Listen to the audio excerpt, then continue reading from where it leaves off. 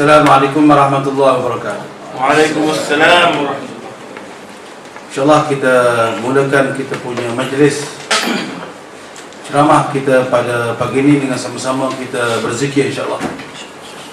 Jadi bila saya berzikir, tuan-tuan, puan-puan semua mestilah ikut sama berzikir dengan penuh semangat insyaAllah.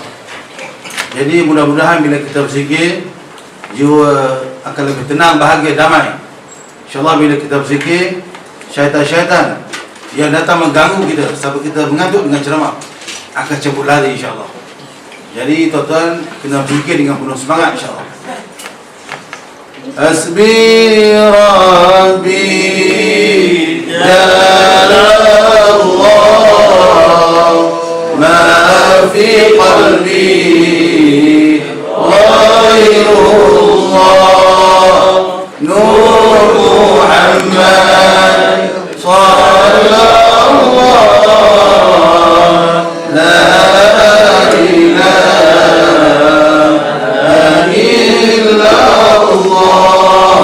hasbi rabbi jalallah ma fi qalbi ghairullah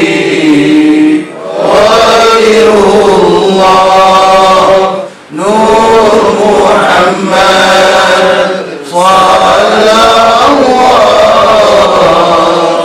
la ilaha illallah hasbi rabbi jalallah ma fi qalbi ghairullah Nur Muhammad sallallahu hasbi rabbi jalallah ma fi qalbi ghairullah Nur Muhammad sallallahu hasbi rabbi jalallah ma fi qalbi ghairullah Nur Muhammad sallallahu laysa laha min dunillahi kashifa laysa laha min dunillahi kashifa la ilaha illallah al-malikul haqqul mubin Muhammadur Rasulullah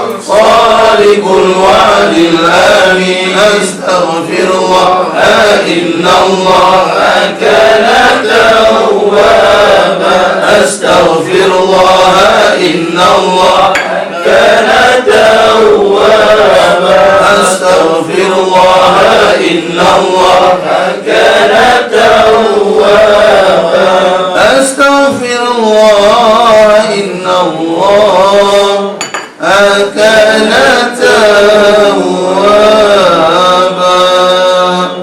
tubna ila Allah wa raja'na ila Allah wa nadimna ala ma fa'alna tubna ila Allah wa raja'na ila Allah wa nadimna ala ma fa'alna.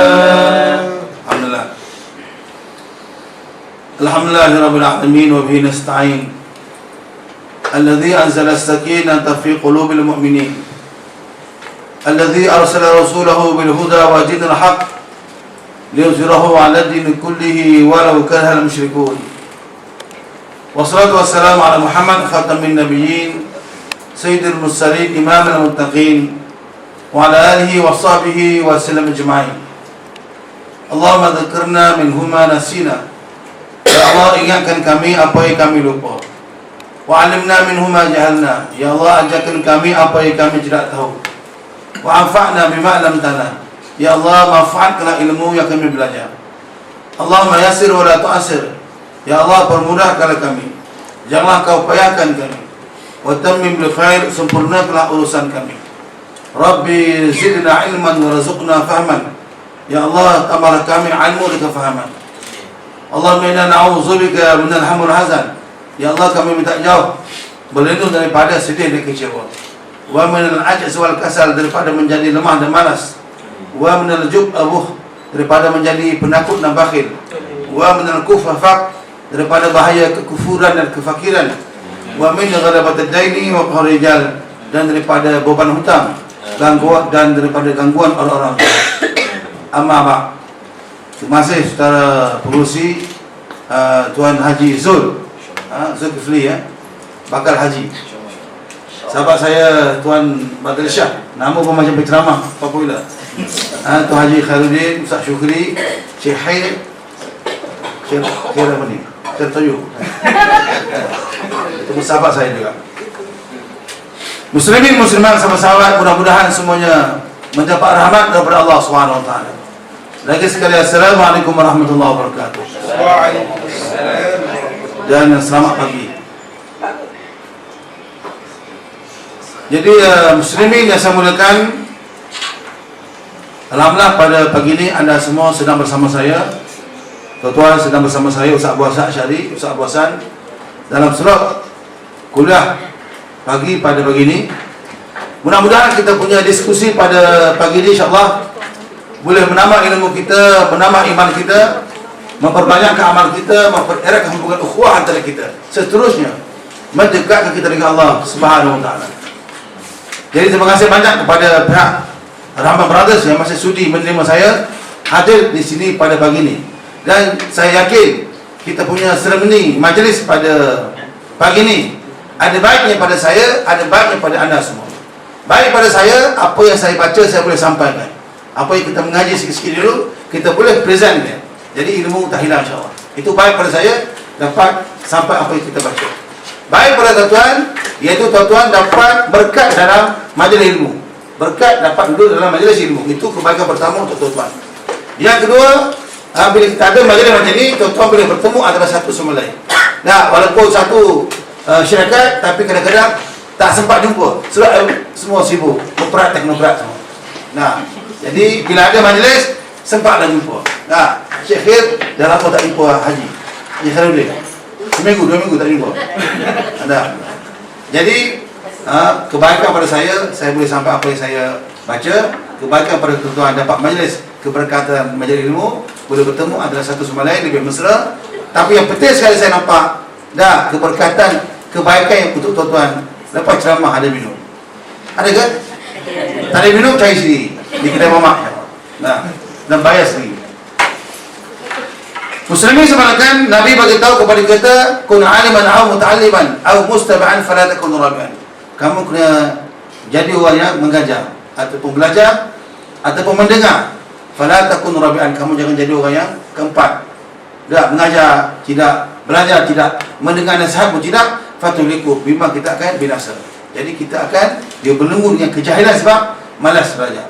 Dan dalam Quran disebut, dan dalam hadis Quran disebut, yarfa'illahu alladhina amanu minkum walladzina utul 'ilma darajat. Ini janji Allah kepada yang rajin mencari ilmu, yang beriman kepada Allah, bahawa bagi mereka Allah akan angkat martabat mereka di sisi Allah Subhanahu wa taala. Mungkin pada pandangan manusia, pada pandangan orang ramai, jadi tak ada apa-apa. Tapi bila dia beriman kepada Allah, yakin kepada Allah, kemudian rajin mencari ilmu, Allah akan angkat makamnya yang terpuji di sisi Allah dan di akhirat nanti. Jadi sahabat-sahabat yang saya muliakan, last kuliah, masih ingat kita buat kat bawah tu. Saya tengok dah TV Rahman Brothers. Dah dalam YouTube ada keluar. Ada tengok? Tak tengok. Tengok apa? Selama-selama tak tengok, tengok lain macam. Jadi last kuliah kita dah bincang 5 perkara yang kita kena buat cepat. Saya repeat sekali sebagai peringatan supaya tuan-tuan tak lupa. So last kuliah dalam kitab yang kita baca disebut 5 perkara kita kena buat cepat. We must do it as soon as possible lah. Tu cakap Jawa ni. Jadi yang pertama kena cepat, it'amud dhaif idza nazala. Cepat hidang makanan kepada tetamu bila tetamu sudah masuk rumah, kecuali tak masuk. Tu yang pertama kena cepat hidang makanan. Jadi saya sampai je, air dah sampai. Bagus. That means sahabat-sahabat kita praktis apa yang saya beritahu. Last kuliah. Belum ceramah dah air sampai. Okey, yang kedua kena cepat tajhizul mayit idza mata. Cepat uruskan jenazah bila confirm mati. Tak mati jangan lagi. Jangan pula dimatikan kawan. Itu yang kedua. Yang ketiga yang kena cepat, kata Syekh Hatim Al-Assam dalam kitab tu, tazwijul bint idza balagat. Cepat kahwinkan anak dara bila sudah dipinang. So kalau ada orang pinang anak kita, cepatlah terima. Jangan pilih yang handsome saja. Habis yang tak handsome ni, kasihan. So cepat terima. Tapi sebenarnya dalam kitab lain disebut bukan hanya anak dara kena cepat kahwin, janda kena cepat kahwin, duda pun sama. Syahid, are you ready? Jangan malah. Kemudian yang kena cepat juga adalah qada'ud dain idza wajaba. Cepat bayar hutang bila sudah sampai masanya. Jangan buat lupa pula. Nak buat dia nyanyi kawan tu. Yang terakhir yang kita kena buat cepat juga adalah disebut dalam kitab tu at-taubatu binazan bi idza farata. Cepat bertaubat daripada dosa bila sudah terlanjur.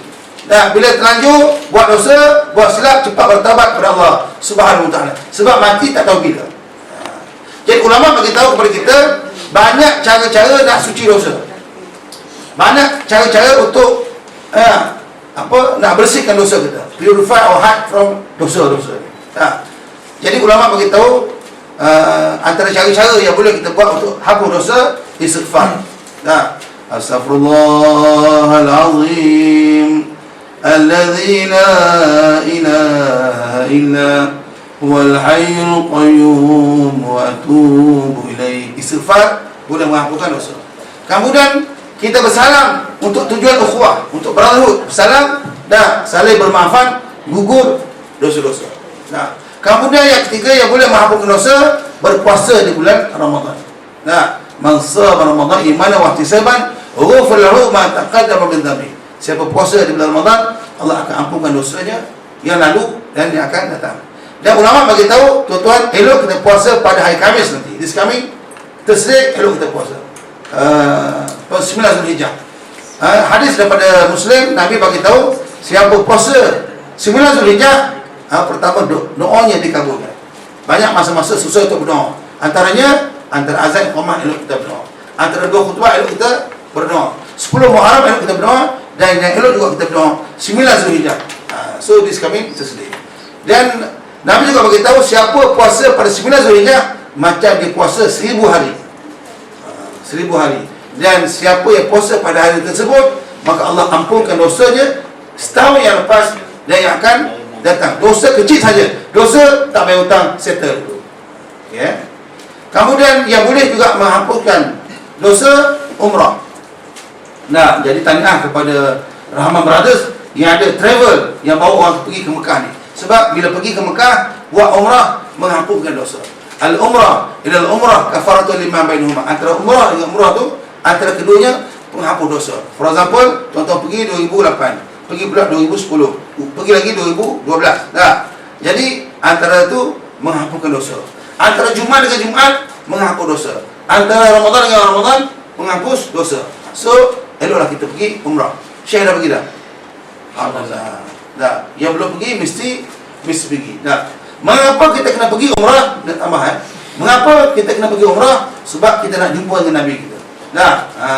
Orang yang mendidik kita, yang mengasuh kita, yang akan menyelamatkan kita di pada mahsyar. Jadi dialah guru kita. Kerana Nabi lah kita tahu pasal kurban, pasal haji, pasal umrah, pasal Isra Mi'raj, nuzul Quran. Tahu pasal akhlak-akhlak. Jadi kita kena pergi jumpa Nabi. Nabi bagi tahu kalau kamu boleh pergi ke mana-mana, pergi Hong Kong, pergi UK, pergi US, pergi Bandung, pergi Golok, boleh pergi banyak tempat tapi tak pergi jumpa aku, Nabi kata. Tak sempat jumpa aku, faqad jafani, dia cuba nak bergaduh dengan aku.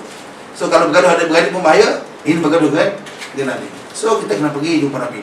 Tetapi kalau seseorang tu, somebody tu, dia sempat jumpa Nabi walaupun sekali, wajibat lahu syafaati, dia confirm akan dapat syafaat.